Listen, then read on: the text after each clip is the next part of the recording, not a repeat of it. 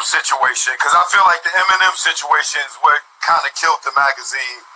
Because what did? Dave Mays, H. Edward Young, Steve Stout had an idea to do Source.com in around 95 or 96 or something.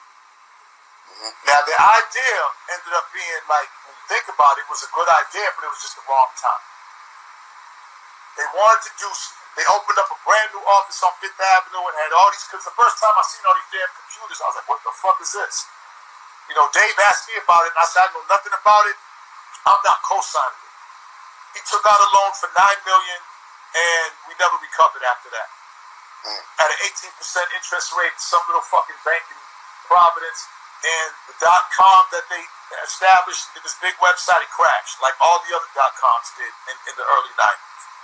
A lot of people don't realize a lot of the early .com all crashed because it was new. Everybody didn't have a computer, they didn't know, they surely didn't have it on the phone, and it crashed. And we ended up owing a bunch of money. We actually turned down, it was at Bob Johnson's office, me and Dave flew to Bob Johnson's office, and we turned down $55 million. We wanted 80 because we owed the bank 30, and the rest was history. We ended up selling BET, and he wanted us to walk away. After taxes and everything, we probably would have walked away with about $3 million a piece, and we felt that wasn't it. Do you regret that deal now? I don't regret nothing, man, because everything in life is how it was supposed to be. You know what I'm saying? Could I make better decisions to produce better outcomes? We all could. That's life. But regrets, you can't have regrets because it already happened. All you got to do is learn from it, and I learned a lot from those situations. And so let's talk about the Eminem situation, because that's what they want to hear about. What sparked the whole Eminem thing? I mean, we talked about this 6 trillion times. I don't think it's important to even talk about really what sparked it off. I think it's important to understand what my mindset was when I decided to go against the machine. Eminem was just like a hood ornament on a big car. He wasn't no threat. Everybody in the industry has to be politically correct because they got to answer to somebody. So a motherfucker will blatantly not say something that's true just because they have to answer to someone and be able to get a relationship with somebody. At that point, that's like what's going on with Jay-Z right now. Everybody backpedaling and all that stuff. I got my opinions on that too, but if we got time, I'll quickly tell you mine about that. But hip hop, what people don't understand is hip hop financially brought white people to our culture in ways that nothing ever has. And that was important for us, especially when crack and guns tore apart our neighborhoods. Hip hop actually was something where a black kid could come out of jail and get a real job. Hip hop produced so many independent clothing companies that we didn't have to go buy their clothes anymore. Hip hop was so huge that little Johnny and Susie, who probably grew up in a super racist home, defied their parents and really came to black culture. Now, that's power, and that's influence that we should have kept ours. Once we let them make an Eminem with the intentions of, we're going to make this white kid so all the white kids that are buying into black hip-hop can go run to him. And that's what they did. And that's all I was talking about. All I was saying was, at that time, when people were up at there was Source staff members and all kind of people going crazy about this white kid rapping, all I'm saying is, look, the kid can put words together, and that's cool.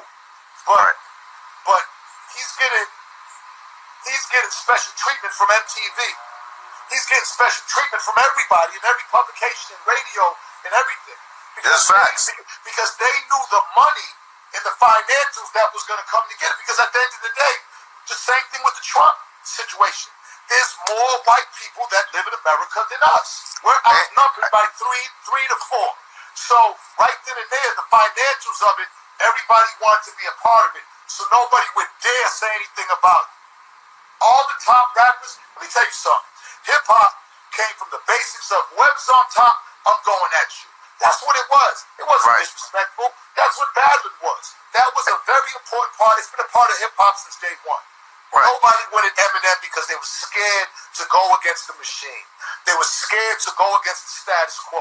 They were scared to break up a relationship. See, I didn't have to answer to nobody, and that's why I said what I said.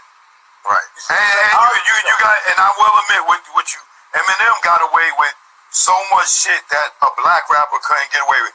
He was calling people faggots. He ain't catch no backlash.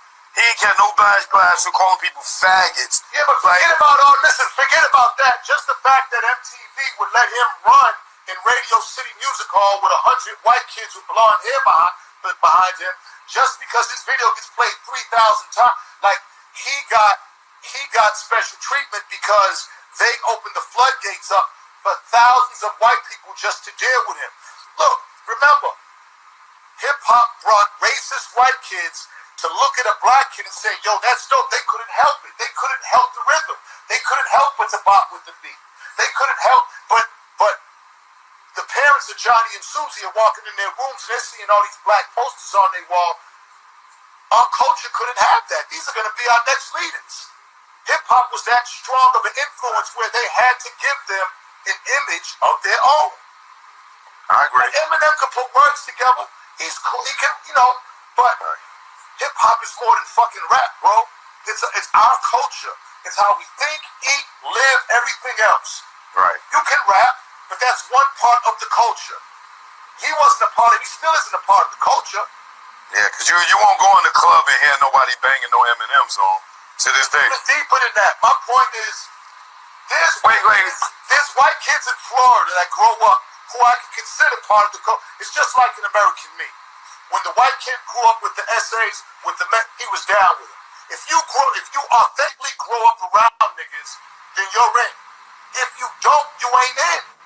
Now, just because you put words together, elevator and masturbator and perpetrator, that's not the shit that we listen to, and that's not the shit that hip-hop represents to us. Right. At the end of the day, God rest Nipsey Hussle. You see what culture was when Nipsey died? It's not that even, Nipsey is a martyr now. Eminem's not a part of that.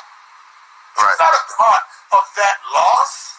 He's a part, he raps, but he's not a part of our struggle and our culture. And another thing that you pointed out too about Eminem that these young kids don't know about is when you put out the video with him calling the black girl a bitch and a nigga.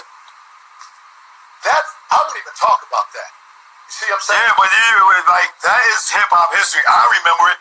To hear Eminem call a black woman what do you call it, a nigga and a bitch? Like, you can't, that shit ain't gonna never be erased from my brain. Bro, let me tell you something. I was in Puerto Rico. I get a call from Dave. I got 3 white kids sitting in here. They're trying to sell this cassette that they rapped with Eminem and used to rap the Rap Racist Hour or something. I said, oh shit. I flew back up there. Evidently, this was a couple of guys in his crew. Maddox. I don't know who the fuck these dudes was. I was just excited because, oh man, this is what we needed. Because it kind of shows my point. So, they've been trying to sell the cassette for almost a year now. I think they offered Murder Inc. I think they want to sell to Murder Inc. for 50 bands. I paid $15,000 for the cassette. The idea was, we're going to put the cassette and shrink wrap it in the source and everybody will know. And they'll listen to the whole hour of them saying nigger, porch, all this other crazy shit that he was saying. Alright? Now, okay. We made the deal with him, we got the cassette. Interscope sued us. Now remember, they denied it that it was him, but once it was him, they sued us and said we can't put it out because of copyright infringement. That's Eminem's material. So okay, so which is true. So now they say, well, he was 21 years old. No. And he had a black girlfriend and he was mad. No. The white kids didn't say that. Plus, we did the Maxell cassette was made when he was 16 years old. We went to the Maxell company. I mean, we hired a private eye. We really was, because they was involved, he was involved. Interscope was one of the great lefts. I did 3 meetings with Jimmy Iovine before we put the cassette out. And all I asked Jimmy was this. And, you know, I brought my father to the first meeting because I didn't want Jimmy to kick all this mafia shit because I wanted my dad, like, yeah, I got a real mob nigga with me right here. So don't kick that, oh, Jimmy Iovine's down with the mob and we're not scared with it. We don't want to hear that.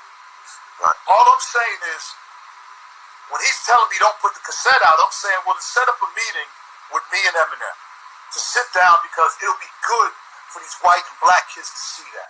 It'll be good to squash all this, but for the hip-hop community to see so we can bring a real unity with white and black. I felt like the unity was coming before Eminem because they was buying into us, but now that Eminem's there, now the white kid can say, yeah, fuck you, Eminem is the greatest of all time rapper because he sold the most, and now we're in the conversation of hip-hop and we don't need you niggas no more. That's what's happening now. That's the effect of all this. Right. I seen that shit coming. Well, you know what I hated about that whole I thing? didn't fucking go against Eminem to fucking out-rap Eminem. I don't put Elevator with Masturbator. I rapped about niggas getting shot and selling drugs because that's what I seen. And fucking with chicks and wearing jewelry and the same shit that we was doing. I wasn't rapping like that. You know what I hated about that whole thing? How